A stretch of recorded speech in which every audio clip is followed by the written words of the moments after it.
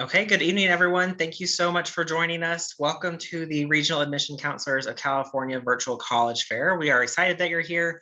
We have a great group of colleges and presenters lined up for you this evening who are excited to share information that will hopefully help with your college search process and help with that journey. So before we get started, just a few housekeeping announcements from me.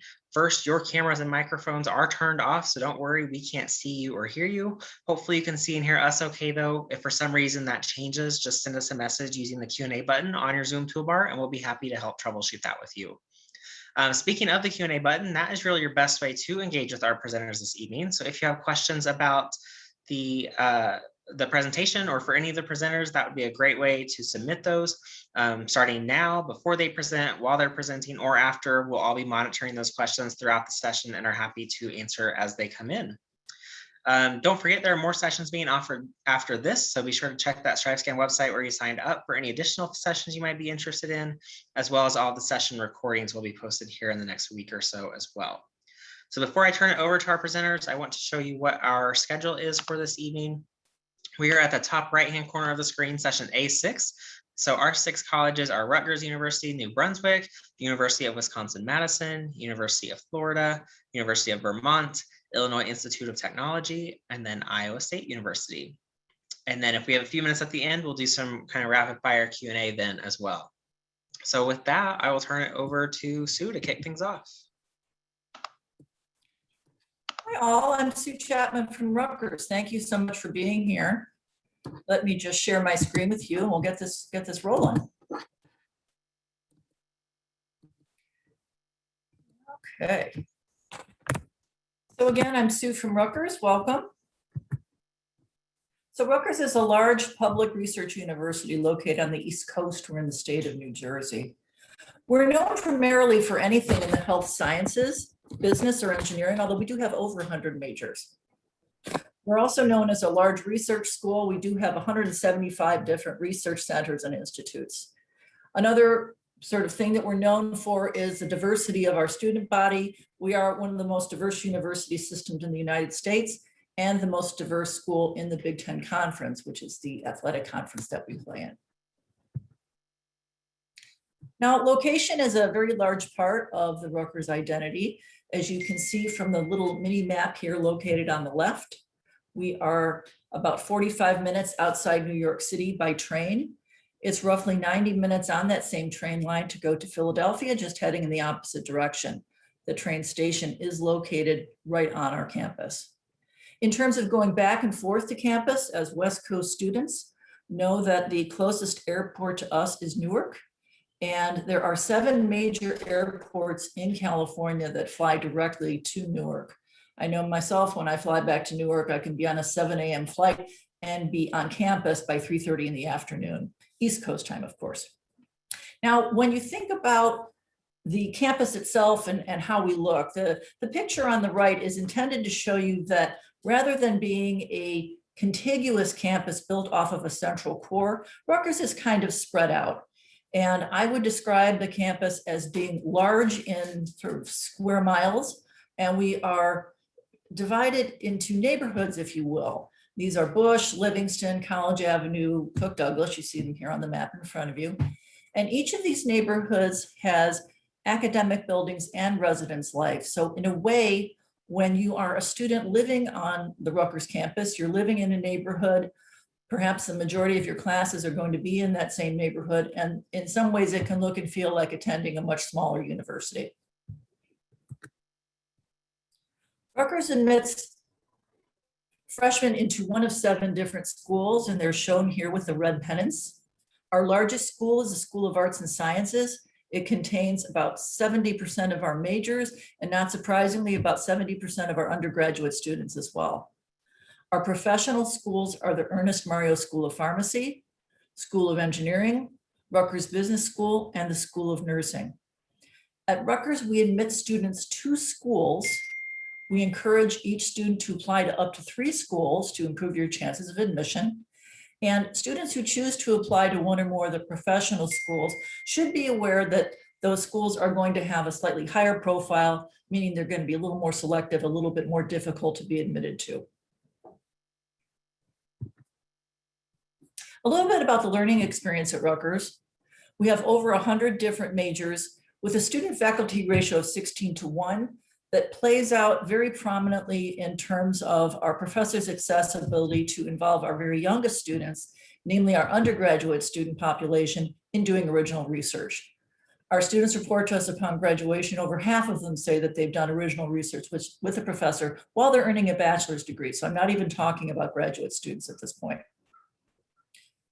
Another interesting thing about Rutgers is that we also have a very large study abroad program. There are over 180 different programs in roughly 50 different countries, meaning that in most countries, there are actually choices of different programs that you can participate in.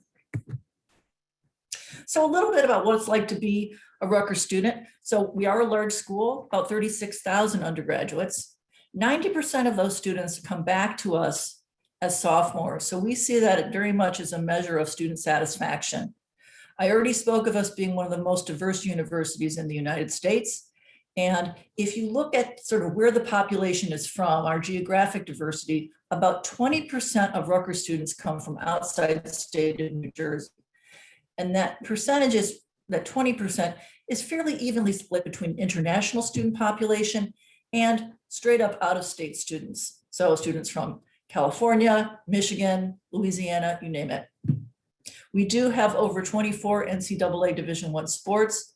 So even if you're not particularly interested in athletics yourself, know that is a big sort of fun part of the school culture. And one of the nice things about attending a traditional university, there are football games on the fall weekends, alumni on campus. It's all very, very exciting and rah-rah and a good time. We do have over 80 different fraternities and sororities for those of you that are interested in that. It's about 10-12% of Rutgers students participate in a fraternity or sorority. So I would say that it's not a huge thing to do socially. It's not the thing that you have to do in order to fit in, but it is one way. And for students that are interested in that, know that that's available to you. So a few nuts and bolts about how to apply. We do ask that our first year students please all apply by December 1st of your senior year, because if you do so, you're automatically considered for merit scholarships and honors opportunities. We're going to remain test optional as we were for admission for the upcoming fall. So incoming students for fall 2022, we will be test optional for you as well. And then in the way of quick wrap up, again, I'm Sue Chapman. I'm the Northern California rep. Here's my email information. And should you be from Southern California, feel free to contact my colleague, Maria Sandone instead. Quick screenshot with contact info. Thank you very much. Awesome. Thank you so much, Sue. Okay, next up, we are going to the University of Wisconsin-Madison. Thank you so much. I'm just going to hit the presentation button and we're on our way. So my name is Sarah Blank. I am the regional recruitment manager out here on the West Coast for University of Wisconsin-Madison. So I'm in Pacific time. I'm happy to be a resource for you if you have any questions or need assistance. A little bit about UW-Madison tonight. We are located in, you guessed it, Madison, Wisconsin. We're a true college town. It's a really phenomenal place to be because it's a collaborative space where students can learn and try and fail again and have a very supportive network of people around them. The city of Madison is so supportive of the university and vice versa. Being that we are in a capital city, that certainly lends itself to a unique perspective that our students have, especially if they're thinking political science, public service, and our Morgridge Center of Public Service is huge at UW-Madison. And again, partly related to the fact that we are in a capital city. We're nestled between two lakes, so there's a lot of outdoor adventure. A lot of my West Coast students love our UW Hoofers Club, which is a great way to engage in some of that outdoor activity all throughout the year, including all 4 seasons. We do get snow out here in Madison, and we do have an airport, so it's quite easy to travel to Madison. We have 2 neighborhoods of residence halls, so it is very common for our first year students to live on campus about 91%, though it's not required. What makes us is our passion for doing good in the world. So the Wisconsin idea is our guiding principle as a university that says everything we do at the university should be used to impact the world for good. It should extend beyond the walls of UW-Madison, of Wisconsin, and out into the world. So we're very proud of our rankings and the reputation we have. Our national rank in research expenditure. Research is just taking what you're doing in the classroom and applying it to real world challenges. Our students are academically driven. They're academically motivated. And that's really at our core who we are. And we're very proud of our first in Peace Corps volunteer ranking. And that goes back to that Wisconsin idea in the ways in which our students are engaged in the world around them. Similar to what Rutgers shared, the university is divided into schools and colleges. We have 8 schools and colleges. So out of the 30,000 students at UW-Madison that are undergraduate students, they're divided into each of these schools and colleges. Our largest is the College of Letters and Science, which is home to social sciences, humanities, natural sciences, biological sciences, and everything in between. Our School of Business and College of Engineering are 2 of our most competitive programs for entry, and they do have a direct entry option. So if you are thinking business or engineering, and note computer science is not in engineering, it's actually in the College of Letters and Science. But if you're thinking business or engineering, we encourage you to list it as your first choice and preference on the application. That will allow us to consider you for direct entry. And we do look for some higher level math, such as calculus, and for engineering, including physics, Physics C, any sort of lab class will benefit you. We have certificates, not minors. These are areas of specialization, so you can use them to complement your major or focus in on a subject that really interests you. So lots of different academic options. I would encourage you to spend time on our website. We have virtual programming offered by our schools and colleges where you can really dive a little bit deeper, because this is certainly just giving you a general overview of our programs. Moving into the application process, we have 2 deadlines. November 1 is early action. Majority of our applications are coming in at early action. Regular decision is February 1. We don't look at the applications differently based off the decision deadline, but you will hear back sooner if you apply early action. And you will have an earlier shot at applying for scholarships, because all of our scholarships require an application. You're not automatically considered for those. So most of our out-of-state students use the common application, which is completely fine. One of the essays, though, is going to be a Why Wisconsin supplement. We don't track demonstrated interest, but we do look at your interest that is shared in that campus essay. So really diving deep in that self-reflection, sharing with us your academic areas of interest, and why Wisconsin might be a great fit for you, and really being reflective on your research is going to be helpful. We ask for 1 letter of recommendation from a counselor or a teacher, just 1. And we are test optional through spring of 2023. So for those of you who are juniors, this applies to you. And after that, we're unsure. We will get back to you at a later date. And then if you are not educated solely in a US or an English speaking program for all 4 years of high school, we do require TOEFL. Even if you've had 3 years, we will require TOEFL, IELTS, or the Duolingo English test. Academic excellence is our first and foremost priority when we're conducting our holistic admission review. We're looking for students who have progressed to rigorous curriculum as it's offered in your high school. We know that every high school is different in those core subject areas. So those 5 core subject areas, as well as A's and B's, is really what we're looking for. Community involvement, leadership, and service come in so many different shapes and forms. We're looking for quality over quantity. And then we do have to look at program fit and campus fit. So looking at your interest areas, your academic readiness for any of our majors and programs. We do have study abroad. We have tons of research abroad programs. Research is huge, as I mentioned. So we have an undergraduate research scholars program. We have an honors program. We have learning communities within our residence halls and first year interest groups, which are small cohorts of students. So lots of ways to take that large school and make it small. As a public institution, we do have an out-of-state tuition fee. Would encourage you to apply for those scholarships and submit FAFSA. That will let you know what you're eligible for in terms of need-based aid. And lastly, just a plug for our virtual programming. There's lots of ways to connect with UW-Madison to help write those supplement essays and get a better feel of if UW-Madison is going to be a great fit. Great social media stuff happening with our current students and panels and so forth. So thank you so much. I'm going to put my information in the chat and going to pass it on back to you, Tyler. Awesome. Thank you so much, Sarah. Come on, Mina. Okay. Let's see. It looks like Lily's next. Sorry, my computer froze, but I will pass it over to Lily with the University of Florida. Awesome. Thank you so much. And good afternoon, everyone. Thank you so much for coming out to your computers today for us. My name is Lily Leitkowski, and I am one of the West Coast admissions representatives for the University of Florida. I am currently based in Seattle, Washington, where it is not sunny at all, not like Florida, but I'm originally from Florida, and I'm also a Gator alumna myself. So I grew up there and I went to the university, so I'm especially excited to be able to share with you a bit about the University of Florida today.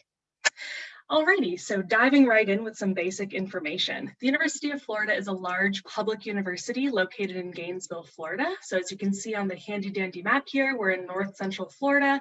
I'd say that we're about an hour and a half from the beach in Jacksonville, and maybe about 2-ish hours north of Orlando and a certain theme park you may have heard of called Disney World.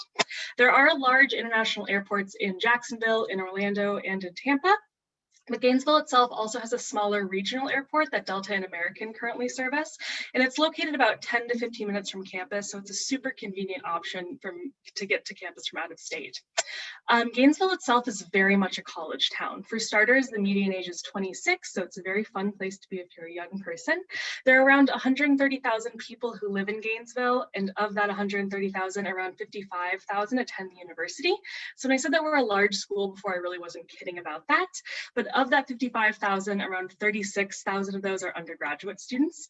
But a big university just kind of means big opportunities. There are so many ways for you to carve out a niche for yourself at UF, so there's really no need for you to feel like a small gator in a big pond. And I'll kind of dive into a little bit of those in a bit, but let's start with the reason why you're probably attending college in the first place, which is academics. So academically speaking, we offer over 100 different majors at UF, and none of these are impacted. This includes 15 different engineering programs, some of which are more difficult to find, like aerospace. We have several 5-year master's programs in areas like business and engineering. We have a nursing program, as well as many other pre-health and pre-professional tracks, among many others. We are one of the most comprehensive universities in the world. Really, wherever your interests lie, you will most likely be able to find an academic track that suits you at UF. Something else that's really important to note, the major that you put on your application when you apply in no way locks you into that major. So at UF, we do not admit based on major. When you come to preview, which is our mandatory summer orientation, you'll be able to change your major. In addition to that, you do have time to explore your major even after you pick one at preview. So we do have a major called exploratory, which is kind of our answer to undecided. And it allows you to, as it says in the title, explore your academic interests and find the correct fit for you. Around 65% of students change their major at UF. Personally, I switched my major from graphic design to psychology. So if you don't know what you want to study, or if you're feeling a little bit unsure, UF could still be a really great fit for you. Speaking of fit, our students really love it at UF. We have one of the highest freshman retention rates in the country at around 97%. We also have a 90% 6-year graduation rate, which is 32% higher than the national average. So we're really proud of these numbers.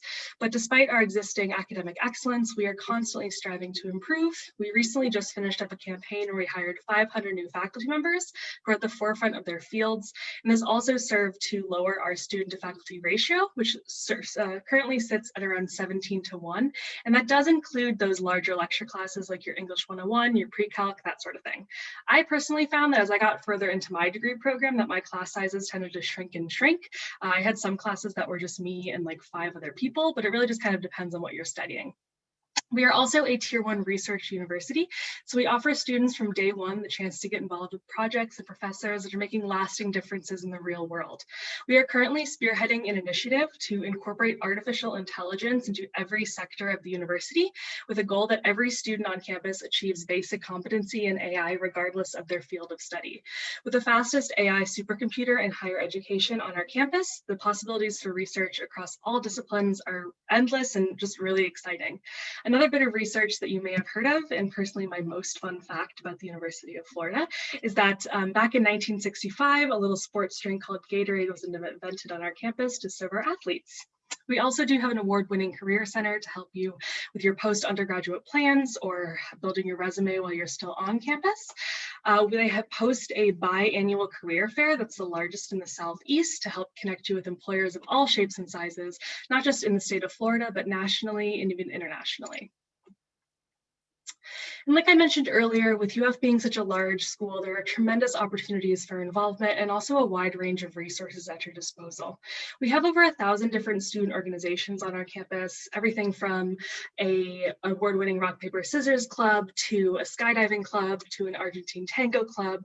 If you can imagine it, it probably exists. It's also really easy for you to start your own organization, so you can really kind of craft your ideal college experience. Each year on our campus, we host over 2,000 different events, bringing in guest speakers like Bill Nye the Science Guy, comedians like John Mulaney, musical acts like Kendrick Lamar and Chance the Rapper, among many others. There's really something to suit everyone's tastes. We also host Gator Girl, which is our student-run pep rally that has been designated as the largest in the world, so that's super fun.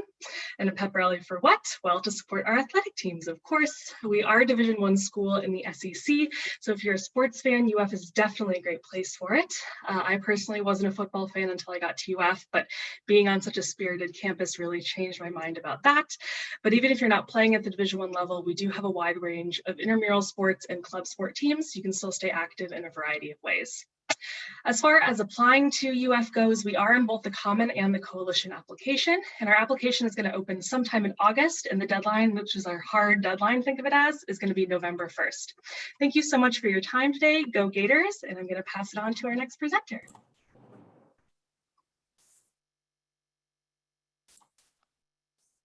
Awesome. Thank you so much, Lily. Okay, next we're going to the University of Vermont with Jesus.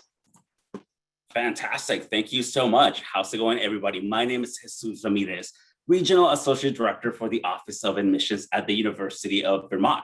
I actually work remotely and I'm based in Southern California. So greetings from San Diego. And if you apply to the University of Vermont, I'll be an admissions counselor and guide you through the whole admission process.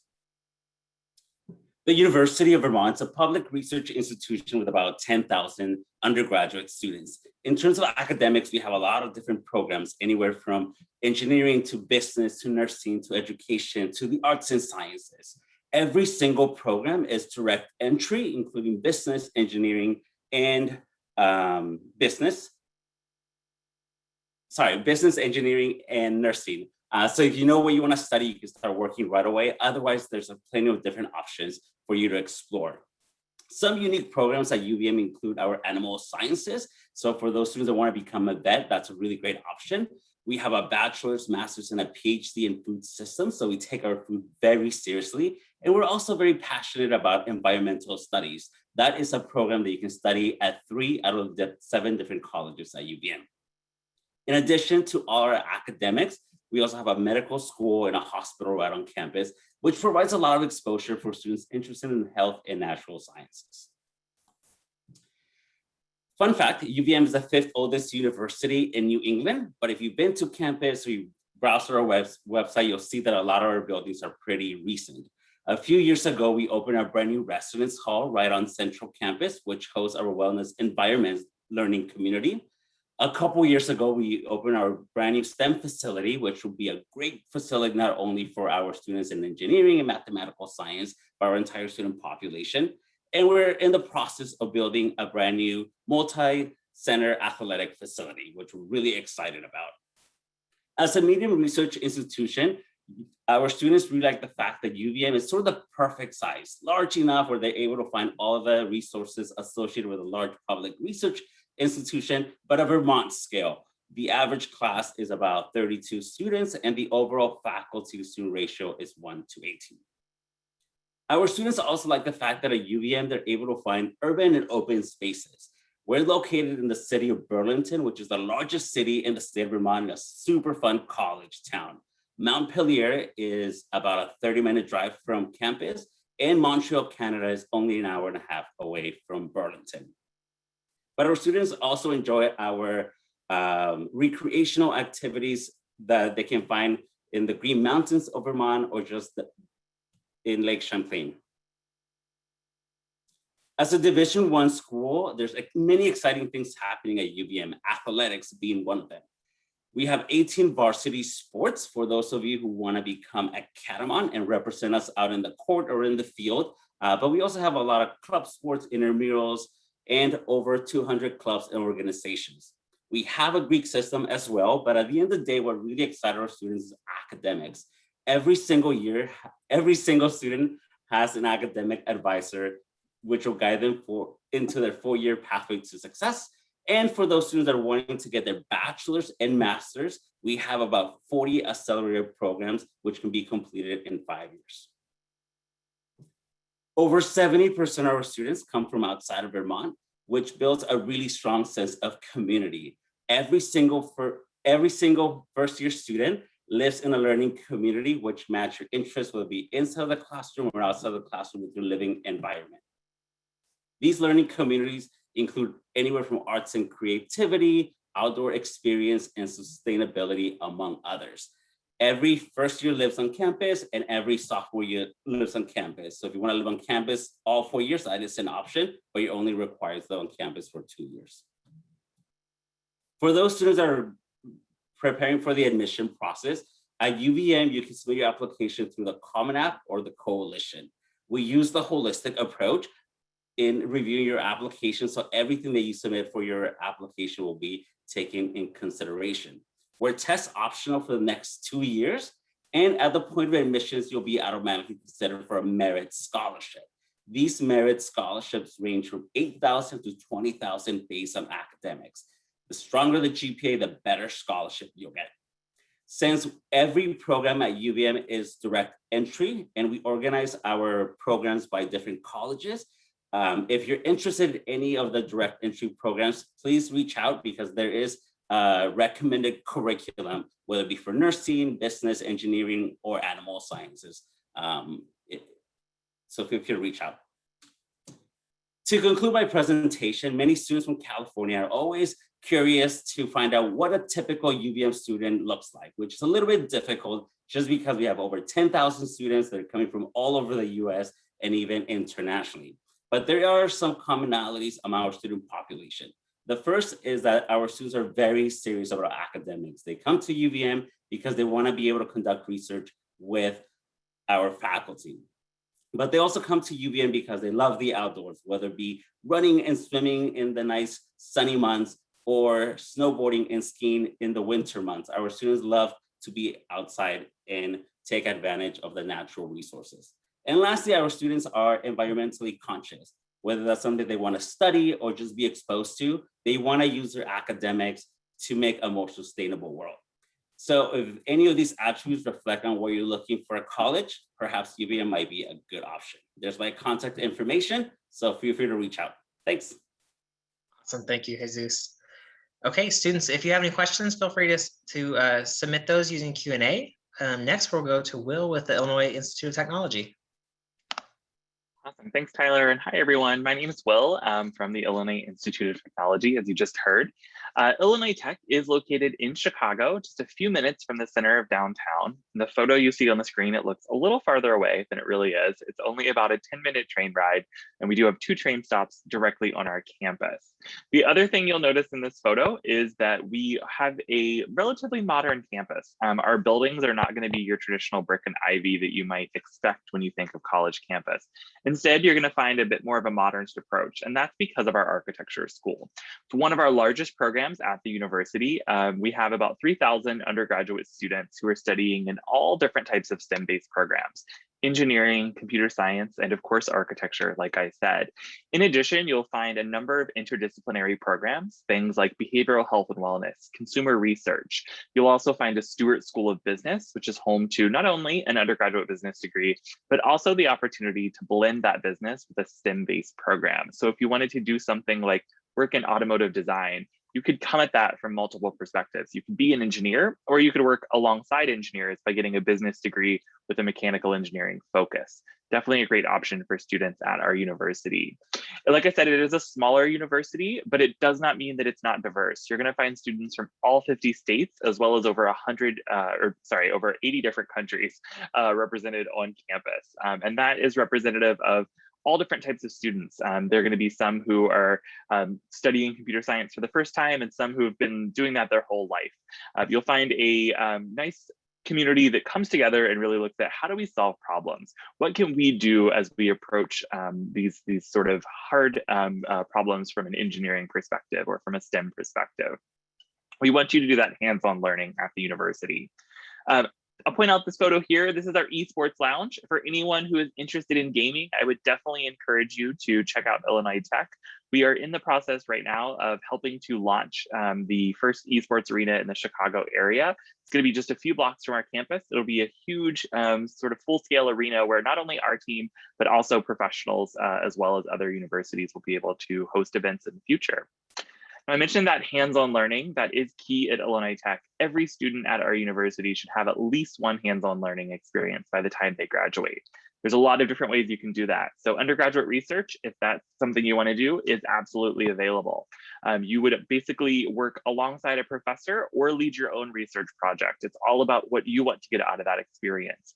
We are very interdisciplinary in that approach to research. So when we're looking at this project you see with the $1 million HUD grant, we didn't just approach it from sort of one perspective. We had some architects, we had some architectural engineers, we had material science folks who all came together to say, what are we using in the ways that we design our buildings? How are we incorporating different materials that help encourage people to live healthier lifestyles?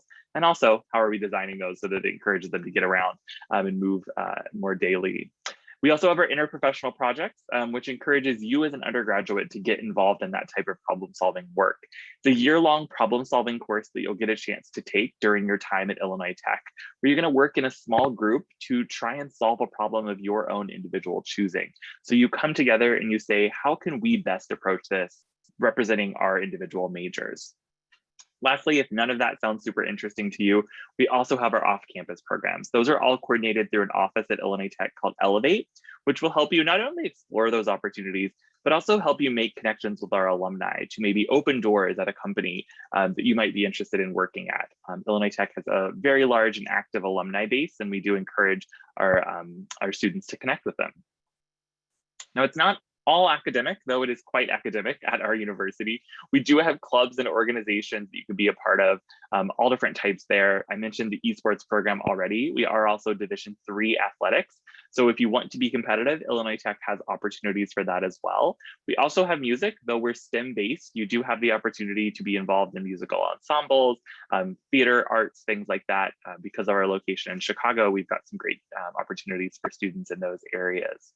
Now, it is a residential campus, and there's another example of that modernist architecture that you see. That is a residence hall. That's John and Jean Rowe Village that opened just about 15 years ago on our campus.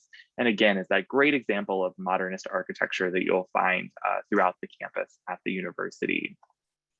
Now, in terms of the application process, we try to make it as simple as we can for you. You're going to use basically your application both for admissions as well as for scholarship consideration. We're going to ask you for your high school transcript, letter of recommendation, and if you have test scores, you can submit them, but if not, that's totally fine. We are test optional for the upcoming year. And now all of that application information is really for us to get a chance to meet you as an individual. If you're applying for something like engineering or computer science, obviously we're going to look pretty closely at your math and science grades. If you're applying for architecture, some art experience would be great. If you're applying for one of our more interdisciplinary or human science programs, we just want to see a nice strong preparation overall at the university.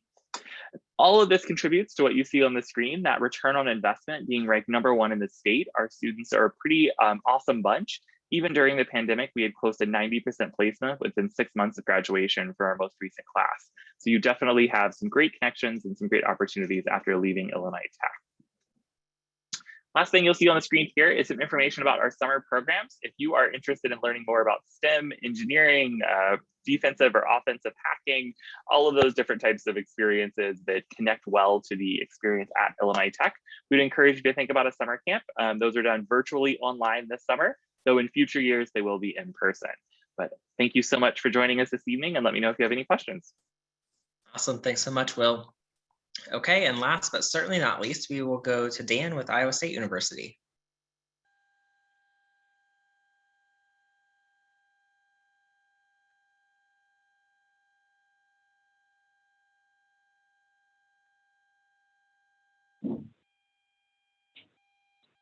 Hey, thanks, Tyler. Sorry about that delay there. Hi there, everyone. Thanks for joining our session tonight. And as Tyler mentioned, I am the last presenter. So a little bit about me. I'm a regional admission counselor. I'm based in the Denver, Colorado area, and I work closely with students in Northern California. And I have a colleague who works with California students in the Southern Cal.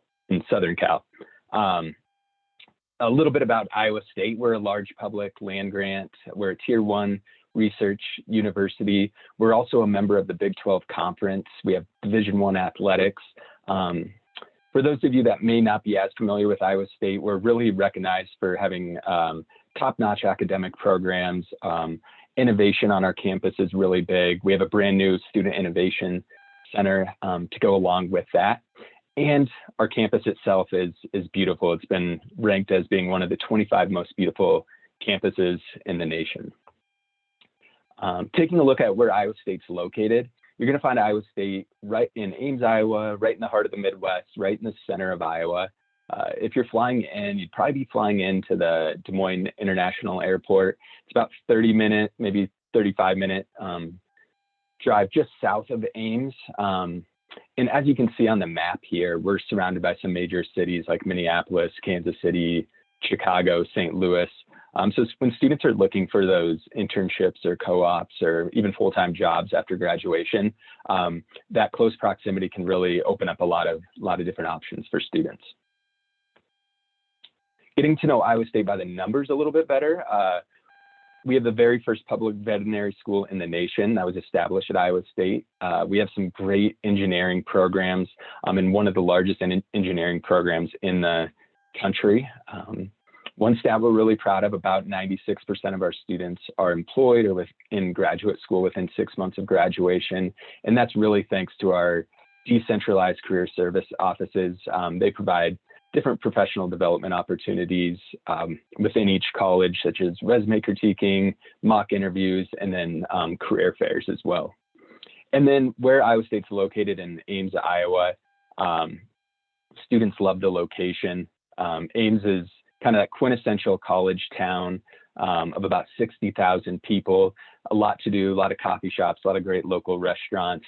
And then one other thing I'll mention while I'm on this slide, we have a great alumni network spread across the U.S. and the world for that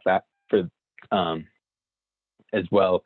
So when you finish up at Iowa State, whether you decide to stay in Iowa or maybe go back home to California or try somewhere completely different out, you already have that great network already built in.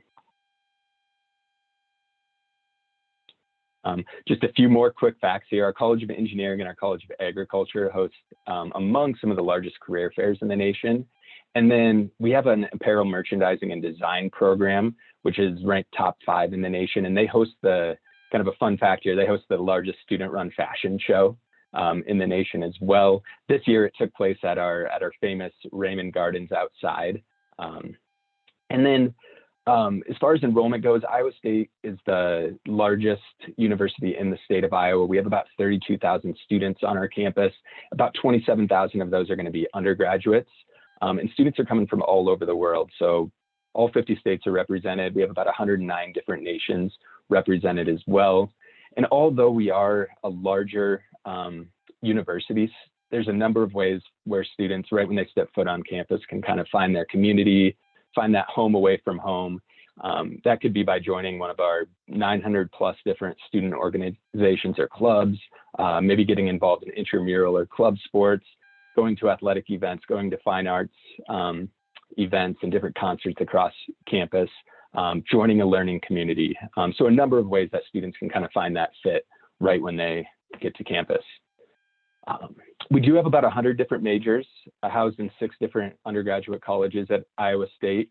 Students study anything from engineering to kinesiology to architecture to business to human science related fields. When I'm talking with students from the West Coast, I tend to see a lot of interest in our professional architecture program, our different engineering programs such as aerospace. We have a brand new environmental engineering program as well.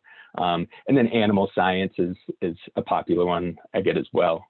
And if you're unsure what you want to study at Iowa State, you may see on the screen here that there's undecided areas within each college. And then we also have open option major. So if you kind of want to explore that first year, maybe those first 3 semesters, the open option major may be a good fit for you.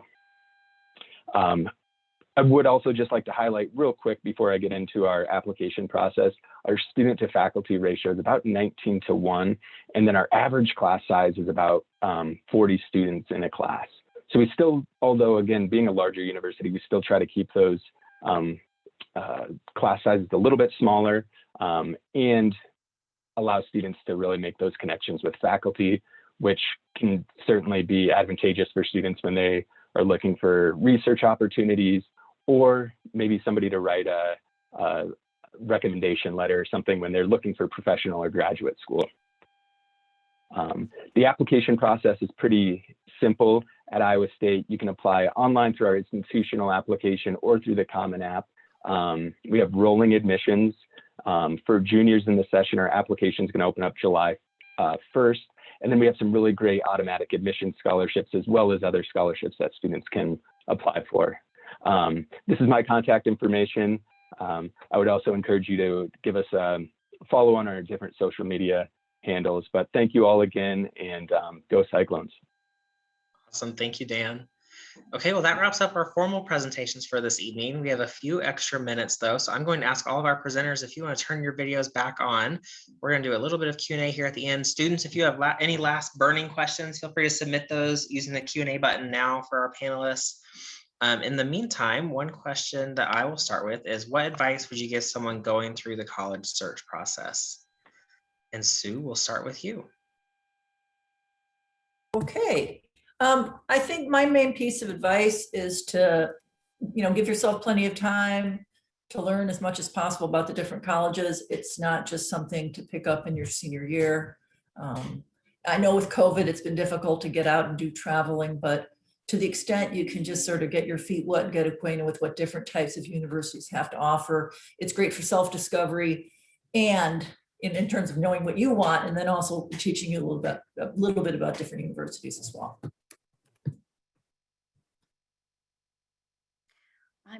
I think for my piece of advice would be to carve out some time during the week. I think when you're dealing with college and thinking about the college process, it can get really overwhelming. And especially if you're thinking about it 24/7, you have so many other things happening in your life. So carve out time, if it's only over dinner on Sunday with your family, or if it's, one specific day of the week that has a little bit of free time in your schedule where you can focus on it. But if you make it part of everyday conversation, it will become exhausting.